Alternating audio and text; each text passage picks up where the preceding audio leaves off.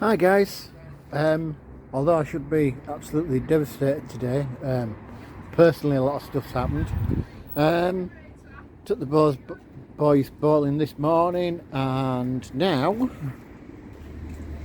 I'm up at my brother-in-law's, and this engine we fitted in August, fully reconditioned engine, and it only did about 120 miles before it seized up solid.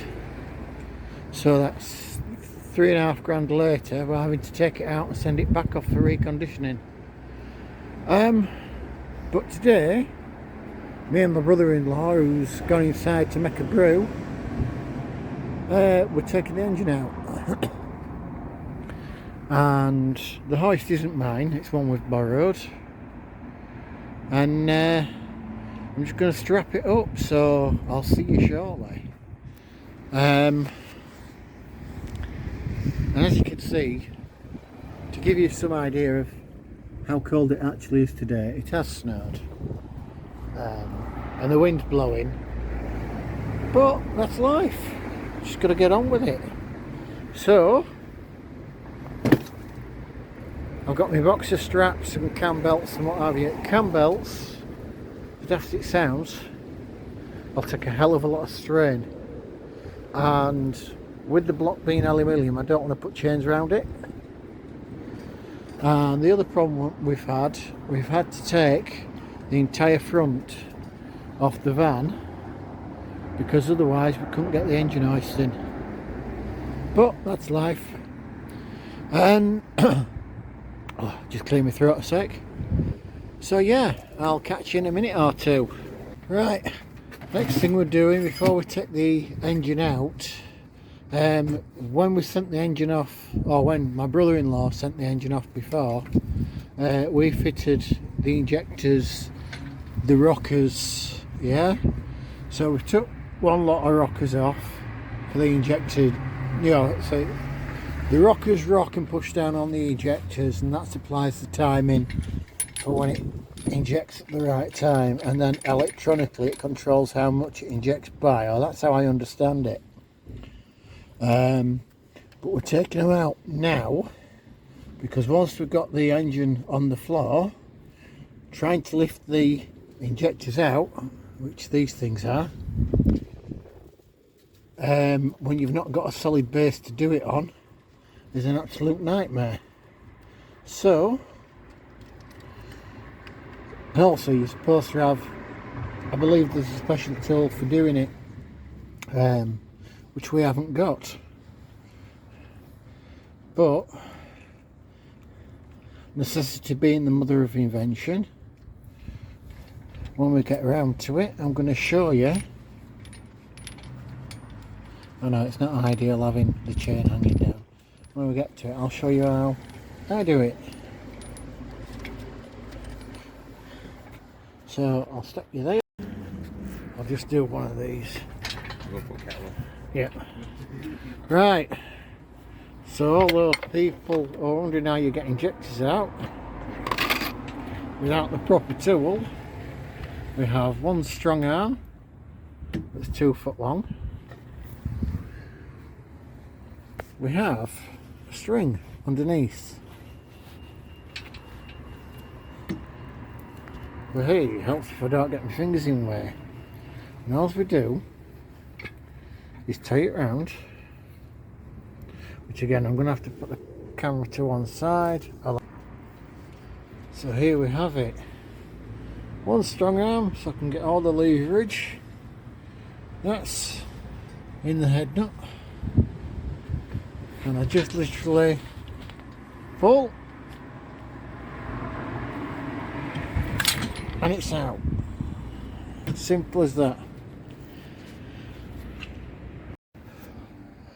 Right, well, as you can see, A, it's getting dark, and B, we've got the engine out the engine bay. Well, I say out the engine bay, it's not attached to anything anymore. So there we go, a successful afternoon. And I'll just be glad to go home, have a cup of tea. Well, I don't drink tea. Cup of coffee, and get warm. Once we put the hoist away, etc., which again was kindly lent to us, and hopefully soon this will be back on the road, and hopefully it'll last longer than last time, because to any T5 enthusiasts out there, it had got a dark side intercooler on it, and that engine, when it was tuned with the dark side intercooler, had 198 brake horse at the flywheel. I think it was 198 at flywheel, yeah. Weren't it?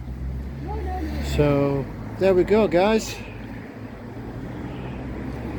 Just got to send it off, have it rebuilt again by the same company, because it's their cock up and it's got a year's guarantee.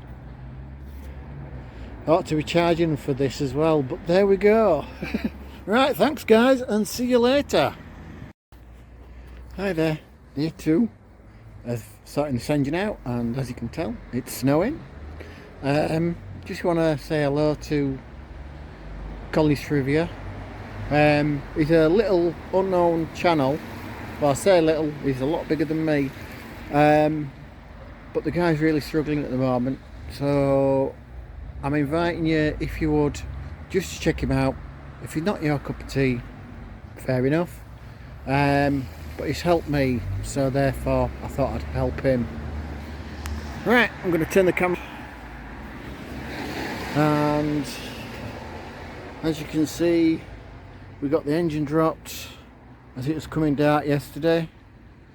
Got the starter motor off, taking the gearbox off, and then I'm going to see about getting the clutch off and any sensors that might be left on the engine. I think there's just one at this side here, and the manifold, the exhaust manifold off, and then I think it's ready to go back. So there we go. Catch you in a minute or 10. Right, I'm inside the engine bay with the engine turned sideways. I've got a couple of bolts to take out at the bottom of the turbo, because on this, where the bolts are, you might see 3 holes, I don't know. There's 3 bolts that hold the turbo on, and the best thing is about it is that because the turbo bolts straight onto the engine, all the oil feeds and the oil return for the turbo are already straight there, so you don't have to mess around with pipes. Then I've got the exhaust manifold to take off, and I'll finish taking the bolts out of the gearbox. So for now, that's it. Right then guys, you might be able to just see there's 4 bolts at the top. That's on a flexi that goes from the manifold to the turbo,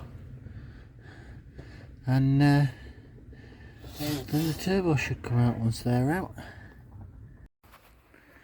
Well, the only thing I could say to that is, hey, the gearbox is off. It's in good nick. Still gonna tilt the engine over so it don't fall over, and get it covered up, because as you can see there's only that bit of wood there stopping the whole lot tilting. But yeah, not a bad start. Tomorrow I need to come back up, because on this pressure plate there is 12 pointed nuts and a 9mm socket, and I've left that down at home. But apart from that, not bad. Ooh. See you later.